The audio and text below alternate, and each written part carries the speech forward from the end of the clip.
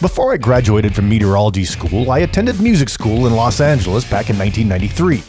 It was the year of the Old Topanga Canyon Fire, which was created by Santa Ana winds just like what we're seeing in California right now, and it leveled large portions of Malibu and the Santa Monica Mountains where I used to hike and camp. Now, since I went to music school long before I knew anything about meteorology, I remember wondering at the time, why is it that I can blow air onto a candle and it'll extinguish the flame, but if you blow air through a canyon, it only makes the flames stronger? Well, I'll get to that in a minute.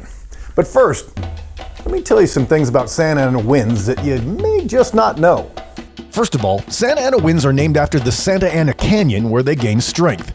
They're caused when high and low pressure come into a certain proximity to each other, causing a reversal of the normal wind pattern, and air gets compressed and shot through canyons, like what happens when wind gets released through a can of air that you'd use on your computer.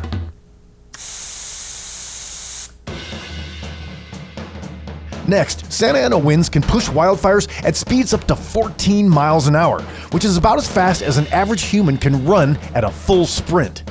Combined with the embers they carry into the skies, these fires can grow up to 10,000 acres in a single day.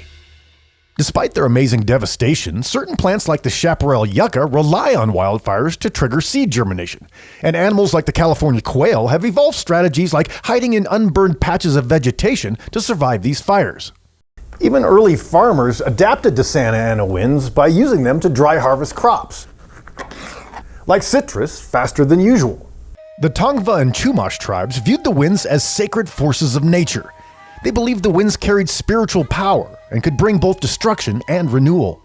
Many of the tools we use to fight wildfires today, such as the Super Scooper and the Helitanker, were partially inspired from fighting Santa Ana wind fires, and both are considered standard equipment today. Okay, let's address the question I had earlier. Why is it that when I blow on a candle, it extinguishes the flame, yet Santa Ana winds increase the intensity of the flames? Well, consider the following. Santa Ana wind fires get larger because of abundant oxygen supply. Santa Ana winds are fast and dry, carrying large amounts of oxygen directly into the combustion zone. This accelerates the chemical reactions of burning and it intensifies the flames. The drying effect. These winds often come with very low humidity, drying out vegetation and making it more flammable. Even before the fire starts, the dry winds prime the environment for rapid ignition and spread. The spread of embers. The strong winds carry burning embers over long distances, igniting new fires and rapidly increasing the fire's size and intensity. Okay, now let's see why with a candle, wind extinguishes the flame instead of making the flames go stronger. Small flame size. A candle is small and fragile with limited heat and fuel reserves. The boundary layer effect. A thin layer of heated air called the boundary layer surrounds the flame. Blowing on the candle disperses that layer, removing heat essential for combustion. Disruption of the combustion zone. Fire only thrives when there's a balance of heat, fuel, and oxygen.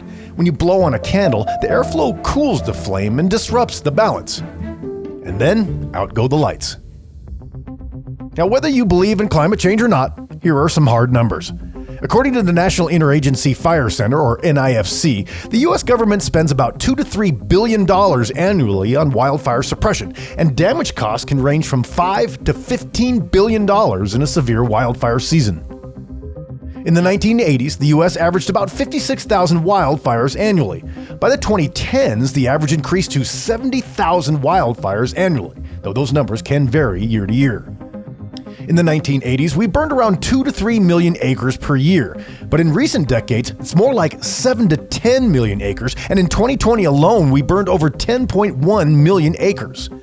And last year's wildfire season burned approximately 9 million acres.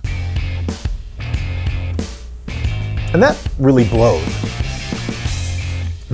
For Central Oregon Daily News, I'm meteorologist Scott Elnes.